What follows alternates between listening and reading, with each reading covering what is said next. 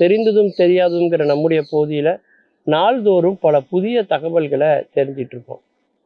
அந்த வகையில் நம்ம பார்க்க போகிறது ஜைனர்களின் புனித தலமான பாலித்தானா. இந்தியாவில் இந்துக்களுடைய புனித தலமாக காசியும், கிறிஸ்தவர்களுடைய புனித தலமாக ஜெருசலமும், இஸ்லாமியர்களுடைய புனித தலமாக மெக்காவும் நம்ம எல்லாருமே தெரிந்து வைத்து கொண்டிருக்கக்கூடிய ஒன்று தான் இல்லையா? ஆனால் ஜைனர்கள்னு சொல்லக்கூடிய அந்த இனத்தவர்களுடைய புனித தலமாக கருதப்படக்கூடியது பாலித்தானா ஆலயம். இந்த ஆலயத்தினுடைய சிறப்பு, ஒரு மலை மேலே இருக்கு இந்த ஆலயம். ஒரு கோயில் இல்லைங்க, 900 கோயில்கள். 900 கோயில்கள் ஒரே மலை மீது இருக்கக்கூடிய ஒரு அதிசயமான ஒரு இடம்தான் இந்த பாலித்தானா ஆலயம். அதுவும் குறிப்பாக ஜைனர்களினுடைய தீர்த்தங்கரர்கள் இருக்காங்க இல்லையா, அவர்கள் எல்லோருமே இங்குதான் உறங்குவதாக ஐதீகம், அவர்களுடைய மத நம்பிக்கை.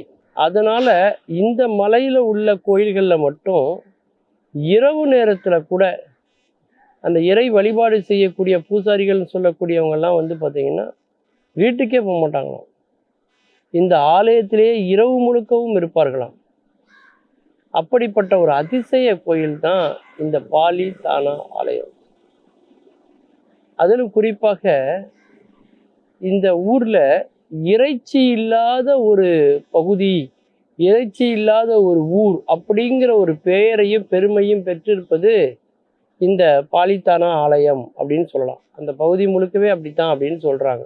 அது மட்டும் இல்லாம யாருக்கெல்லாம் மோட்சம் பெற வேண்டும் என்ற எண்ணம் இருக்கிறதோ, மறுபிறவி வேண்டாம் என்று யாரெல்லாம் பிறவி பிணியை நீக்க வேண்டும், பிறப்பறுக்க வேண்டும் என்று நினைக்கிறார்களோ, யாரெல்லாம் முக்தி வேண்டும் என்று நினைக்கிறார்களோ, அவர்கள் எல்லோருமே வணங்க வேண்டிய ஒரு இடம், ஒரு புனித தலம் இந்த பாலித்தானா என்பது ஜைனர்களினுடைய மத நம்பிக்கையாக இருக்கிறது. அது மட்டும் இல்லை, இந்த ஆலயங்கள் பார்த்தீங்கன்னா மார்பிள் சொல்லக்கூடிய கற்களால் இது கட்டப்பட்டிருக்கு. பல கோயில்கள் ஒரு மலையின் மீது இருக்கிறது என்று சொன்னால் எப்பேற்பட்ட ஒரு அதிசயம் அப்படின்னு நீங்கள் நினச்சி பாருங்க. ஜைனர்கள் பொதுவாகவே கொல்லாமையை வலியுறுத்தக்கூடியவர்கள், உயிர் வதை செய்யக்கூடாது என்ற எண்ணம் உடையவர்கள். அது அவர்களில் மிகவும் முக்கியமானவர்கள் எல்லாம் பார்த்தீங்கன்னா, குருமார்கள் எல்லாம் பார்த்தீங்கன்னா நடந்து செல்கிற போது கூட ஒரு சிலர் அவர்களுக்கு முன்பே மயில் பீலிகையை வைத்து கொண்டு அதை துப்புரவு செய்து கொண்டே இருப்பார்கள்.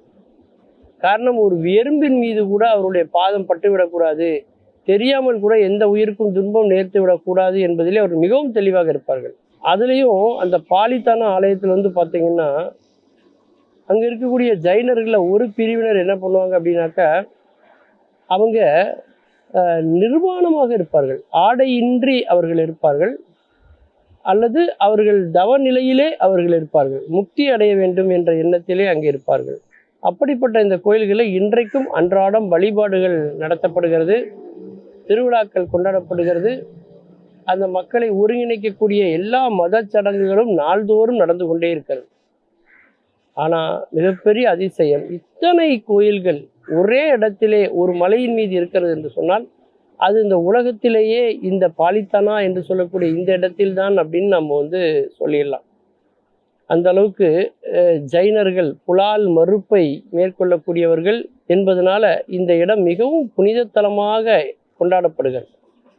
மீண்டும் பல புதிய தகவல்களோடு, அதில் அறியப்படாத பக்கங்களோடு உங்களை சந்திக்கிறேன். நன்றி, வணக்கம்.